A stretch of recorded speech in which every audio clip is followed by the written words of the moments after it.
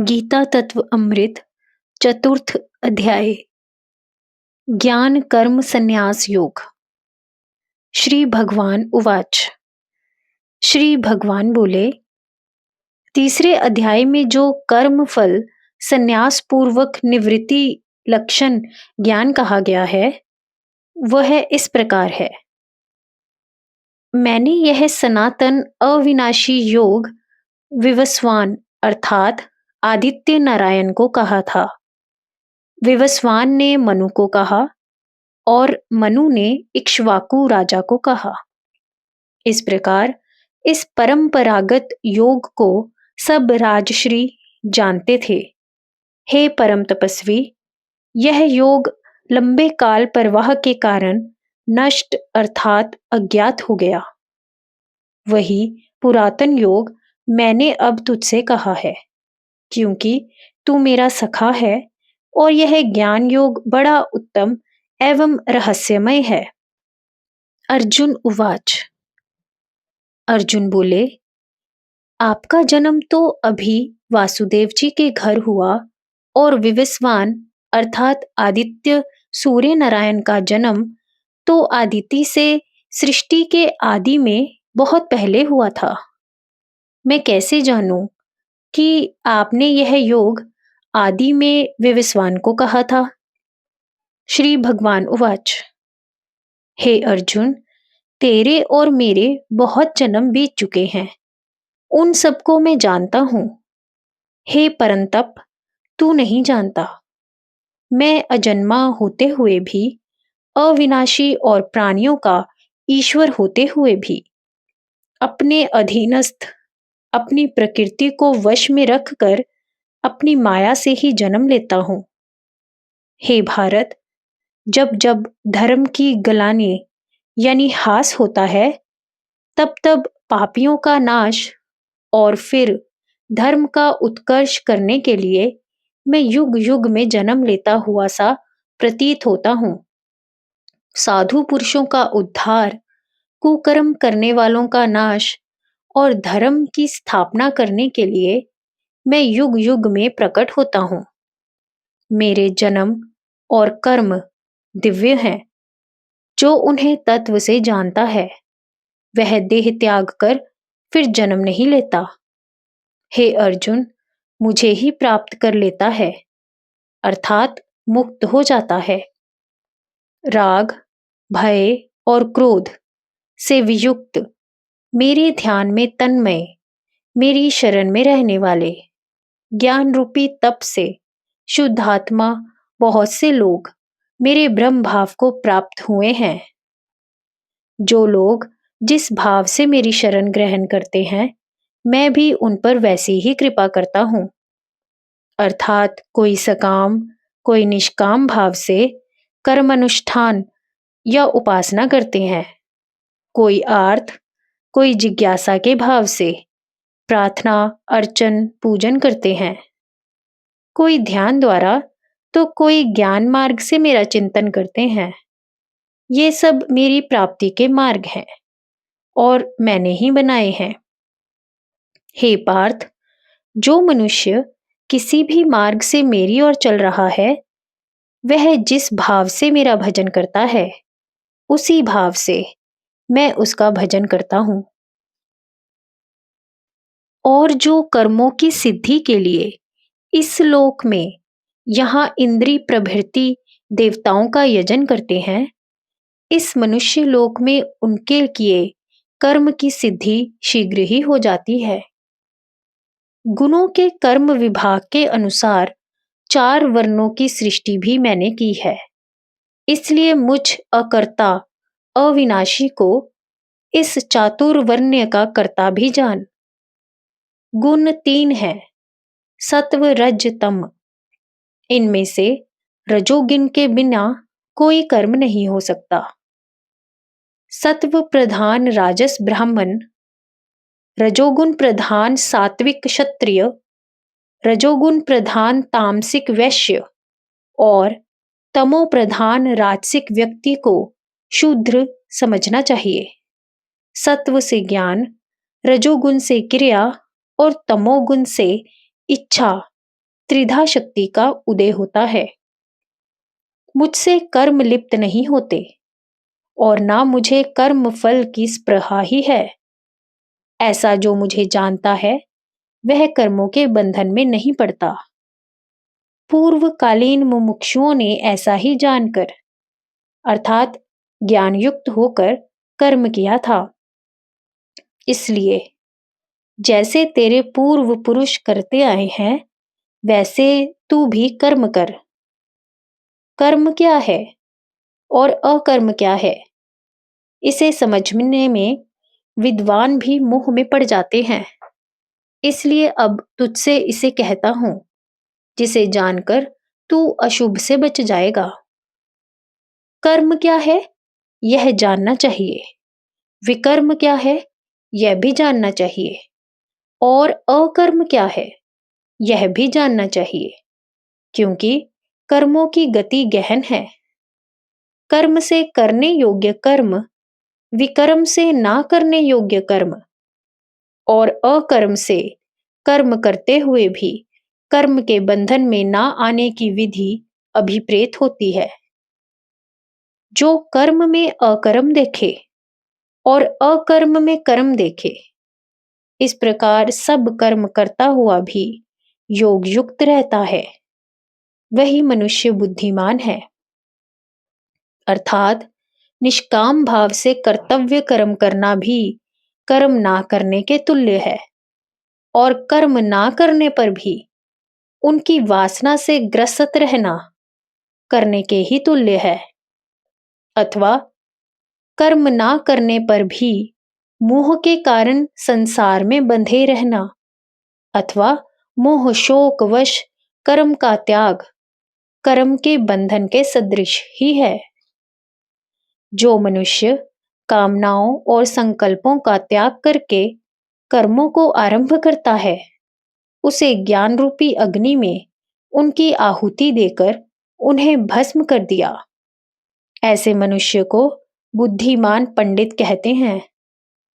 ऐसा मनुष्य कर्म करता हुआ भी नहीं करता, क्योंकि कर्मों के फलों का संग त्याग कर जो सबके आश्रय से रहित होकर केवल ईश्वर के आश्रय पर कर्म करता है और सदा संतुष्ट रहता है, वह कर्म में प्रवृत्त होने पर भी अर्थात कुशलता पूर्वक बिना आलस्य अर्थात प्रमाद के कर्म करते रहने पर भी कुछ भी नहीं करता।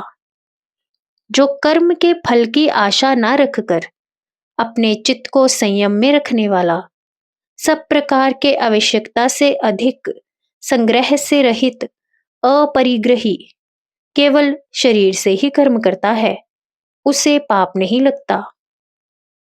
अहिंसा, सत्य, किसी की वस्तु बिना अनुमति के ना लेना अर्थात चोरी ना करना, ब्रह्मचर्य और अपरिग्रह, ये पांचों सार्वभौम धर्म कहे जाते हैं। पहले के सहित दूसरा पूर्ण समझा जाता है। इस क्रम से अपरिग्रह में पहले चारों सम्मिलित हैं, और चारों में से एक के भी छूट जाने पर पूर्ण अपरिग्रह नहीं होगा। बिना मांगे प्रारब्ध अनुसार जो मिले उसी में संतुष्ट, निर्द्वंद, ईशा, ईर्ष्या, द्वेष आदि से रहित, कार्य की सिद्धि और असिद्धि में संभाव रखने वाला कर्म करके भी बंधन में नहीं पड़ता। कर्तव्य परायण फल की अपेक्षा नहीं करता। इसीलिए कर्म का परिणाम कुछ भी हो, सफल हो तो वह प्रसन्न नहीं होता और निष्फल होने पर दुखी नहीं होता। इस प्रकार कर्म करते करते जिसकी बुद्धि में आसक्ति नहीं रही, जो मुक्त है, जिसका चित्त ज्ञान में स्थित रहने लगा, उस यथार्थ ईश्वर प्रिय कर्म करने वाले के कर्म समाप्त हो जाते हैं। उसकी दृष्टि में सब जगत ब्रह्ममय होने के कारण उसका यज्ञ भी ब्रह्ममय हो जाता है। उसका यज्ञ ब्रह्म को समर्पित हो जाता है। उसकी दृष्टि में हवि, अग्नि, हवन करने वाला सब ब्रह्मा है। इसीलिए उसकी आहुति ब्रह्मा कर्म रूपी समाधि द्वारा ब्रह्मा को ही पहुंचती है। अब नीचे के श्लोकों में इंद्रिय संयम, प्राणायाम, योग, ज्ञान सबको यज्ञ का रूप दिया गया है। यज्ञ का अर्थ ईश्वर का यजन है। दान, तप इत्यादि जो कुछ कर्म भगवत प्रिय किए जाते हैं वे सब यज्ञ रूप हैं। इनको श्लोक 23 में कही ब्रह्म अर्पण बुद्धि से किया जाना चाहिए। यजुर्वेद के भाष्यकार मंत्र के भाष्य में लिखते हैं, जिसका अर्थ है दीप्त होने के कारण योगी जन को देवाह कहा जा सकता है। वे समाधि रूपी यज्ञ द्वारा ज्ञान रूपी नारायण का यजन करते हैं। जैसे कि अगले श्लोक में भगवान कहते हैं, कोई कोई योगी जन देवताओं के निमित्त से दैव यज्ञ द्वारा उपासना करते हैं। ऐसे सब यज्ञ करने वाले ब्रह्म रूपी अग्नि में यज्ञ के द्वारा यज्ञ की आहुति देते हैं, जैसा कि नीचे दिए श्लोक में कहा गया है, जिसका अर्थ है धर्म अधर्म रूपी हवि को ज्ञान रूपी प्रदीप्त अग्नि में मन रूपी स्त्री से अर्थात स्त्री के सदृश दृढ़ एकाग्र स्थिर मन से ब्रह्मा को प्राप्त करने का मार्ग सुषुम्ना नाड़ी के द्वारा सब इंद्रियों की वृत्तियों की नित्य आहुति देकर हवन करना है। कोई सुनना, छूना, देखना, चखना, सूंघना पांचों ज्ञानेंद्रियों की वृत्तियों को संयम रूपी अग्नि में आहुति देते हैं। कोई शब्द, स्पर्श, रूप, रस, गंध रूपी विषयों की इंद्रिय रूपी अग्नि में आहुति देते हैं, अर्थात राग देश द्वेष से रहित इंद्रियों द्वारा शास्त्र अनुकूल भोग भोगते हैं। कोई ज्ञान रूपी घृत से प्रदीप्त आत्म संयम रूपी अग्नि में सब ज्ञानेंद्रियों और कर्मेंद्रियों की आहुति देते हैं। द्रव्य यज्ञ, तप यज्ञ, योग यज्ञ, स्वाध्याय एवं ज्ञान यज्ञ करने वाले यति नियमों सहित व्रतों का पालन करने वाले सभी यज्ञ करते हैं। दान, तीर्थ आदि में धन लगाना द्रव्य यज्ञ है। मोक्षप्रद मंत्रों का जप एवं सत्य शास्त्रों का पठन पाठन स्वाध्याय कहलाता है। प्राणायाम का अभ्यास करने वाले अपान में प्राण की और कोई प्राण अपान की गति रोकने के अभ्यास द्वारा प्राण में अपान की आहुति देते हैं। श्वास के बाहर निकालने को प्राण और भीतर खींचने को अपान अर्थात रेचक को प्राण और पूरक को अपान कहा गया है। दोनों की गति को रोकने को कुंभक कहते हैं, जो बाह्य और अभ्यंतर रूप से दो प्रकार का है। कोई नियमित थोड़ा आहार करने वाले युक्त आहारी प्राणों की प्राणों में आहुति देते हैं। ये पूर्वोक्त सब यज्ञवित अपने पापों को यज्ञ द्वारा नष्ट कर देते हैं। पद्मासन आदि से बैठकर नासिकाग्र दृष्टि द्वारा श्वास प्रश्वास की गति को इतना सूक्ष्म कर लेते हैं कि नासिका से बाहर वायु आता जाता भी नहीं लगता। यज्ञ शिष्ट अमृत का भोजन करने वाले सनातन ब्रह्मा को प्राप्त होते हैं। किसी भी यज्ञ के ना करने वाले को यह लोक भी नहीं मिलता। ये कुरुओं के श्रेष्ठ अर्जुन, दूसरे ब्रह्मलोक की बात करना ही वृथा है। यज्ञ शिष्टा अमृत के दो अर्थ हैं। शिष्ट का अर्थ बचा हुआ होता है, दूसरा अर्थ कुशल शिक्षित होता है। इन दोनों अर्थों के अनुसार यज्ञ शिष्टा अमृत भुज के दो अर्थ होते हैं। पहला, श्लोक की तरह यज्ञ में बचा अमृत समान भोजन करने वाला, अर्थात अपने आश्रितों अथवा ब्रह्म भोज आदि सामूहिक भोजों में सबको खिलाकर सबके अंत में भोजन करने वाला। दूसरा, जो यज्ञ में कुशल है, शिक्षित दीक्षित है, वह औषधवत देह रक्षार्थ अमृत रूपी आहार करने वाला। इस प्रकार ब्रह्मा जी के मुख से प्रचारित बहुत प्रकार के यज्ञ हैं। उन सबको कर्म से उत्पन्न जान, ऐसा जानकर मुक्त हो जाएगा।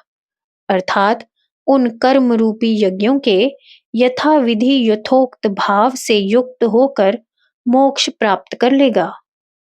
हे परम तप, ब्रह्मा द्रव्यमय यज्ञ से ज्ञान यज्ञ श्रेष्ठकर है, क्योंकि हे पार्थ, सब कर्मों की समाप्ति ज्ञान होने में ही है। वह ज्ञान प्राणिपात, परिप्रश्न और सेवा करने पर तत्वदर्शी ज्ञानी के उपदेश द्वारा मिलता है। ज्ञान प्राप्त करने की पात्रता ऊपर कहे गए कर्म संन्यास योग से प्राप्त होती है। तद उपरांत तत्वदर्शी ज्ञानी महापुरुष को प्रणाम, प्रश्न और सेवा से संतुष्ट करके ज्ञान का उपदेश प्राप्त किया जाना आवश्यक है। उपदेश का अर्थ शास्त्रीय परोक्ष ज्ञान नहीं समझना चाहिए। वे ज्ञान मार्ग की दीक्षा देकर अधिकारी शिष्य को प्रक्रियात्मक रूप से साधना आरूढ़ करते हैं। हे पांडव, उस ज्ञान को पाकर फिर तू ऐसे मोहग्रस्त नहीं होगा। उस ज्ञान के द्वारा तू सब प्राणियों और सृष्टि को अपने में और मुझ में देखने लगेगा। और यदि सब पापों से भी बड़ा पाप किया होगा, तो भी उस ज्ञान रूपी नाव के द्वारा पापों के इस संसार सागर को पार कर जाएगा। हे अर्जुन, अच्छी तरह से प्रज्वलित होने पर अग्नि ईंधन को भस्म कर देता है, वैसे ही ज्ञानानि सभी कर्मों को भस्म कर देता है। ज्ञान के सदृश यहाँ पर पवित्र दूसरा कुछ भी नहीं है। वह ज्ञान स्वयं योग सिद्ध होने के पश्चात उपयुक्त समय आने पर प्राप्त होता है। अर्थात यह आशा नहीं करनी चाहिए कि गुरु दीक्षा के परिणाम स्वरूप तत्क्षण ज्ञान उदय हो जाएगा। इस ज्ञान को अपरोक्ष अर्थात प्रत्यक्ष ज्ञान जानना चाहिए। श्रद्धावान को ज्ञान लाभ होता है, परंतु ईश्वर परायण होने पर भी जितेंद्रिय होना अनिवार्य है। ज्ञान प्राप्त करके शीघ्र पराशांति प्राप्त हो जाती है। अज्ञानी, श्रद्धा रहित, संशय युक्त मनुष्य नष्ट हो जाता है। संशय करने वाले को न यह लोक मिलता है, न परलोक, और न सुख मिलता है। योग द्वारा कर्मों से संन्यास लेने वाले आत्मस्थित को, जिसने ज्ञान से सब संशयों को काट डाला है, कर्मों का बंधन नहीं रहता। इसीलिए हे भारत, अपने हृदय में स्थित अज्ञान से उत्पन्न इस संशय को ज्ञान रूपी तलवार से काटकर योग स्थित होकर खड़ा हो जा। जय गुरुदेव।